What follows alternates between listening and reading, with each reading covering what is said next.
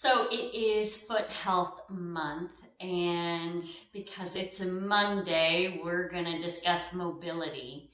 One of the exercises that I like to practice, it's a stretch for the feet, but you kind of get a double whammy because it's also, if you deal with that butt wink going into a squat, it actually helps increase ankle and hip mobility as well, so that you can work against that.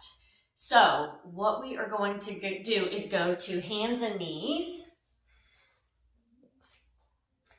And you are going to curl those toes underneath you.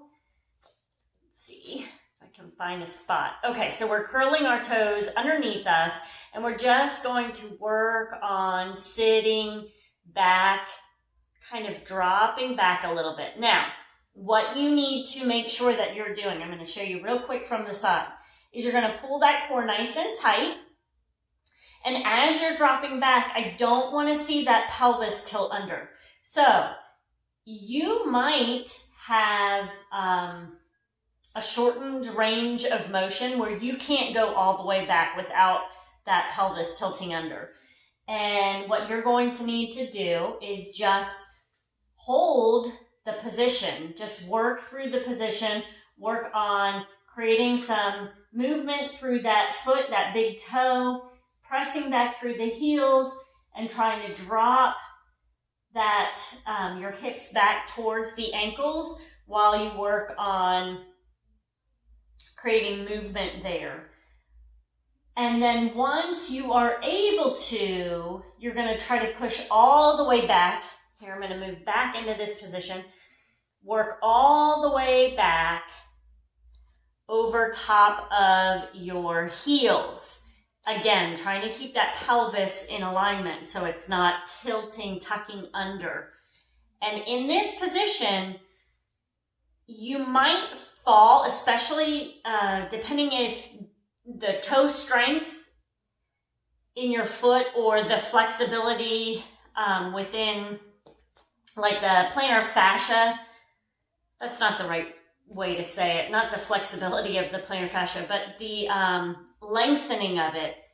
This, you might notice that your heels fall out to the side, and we really want to work against that. So we're working on strengthening that big toe, pushing our hips back over that big toe, and holding it here.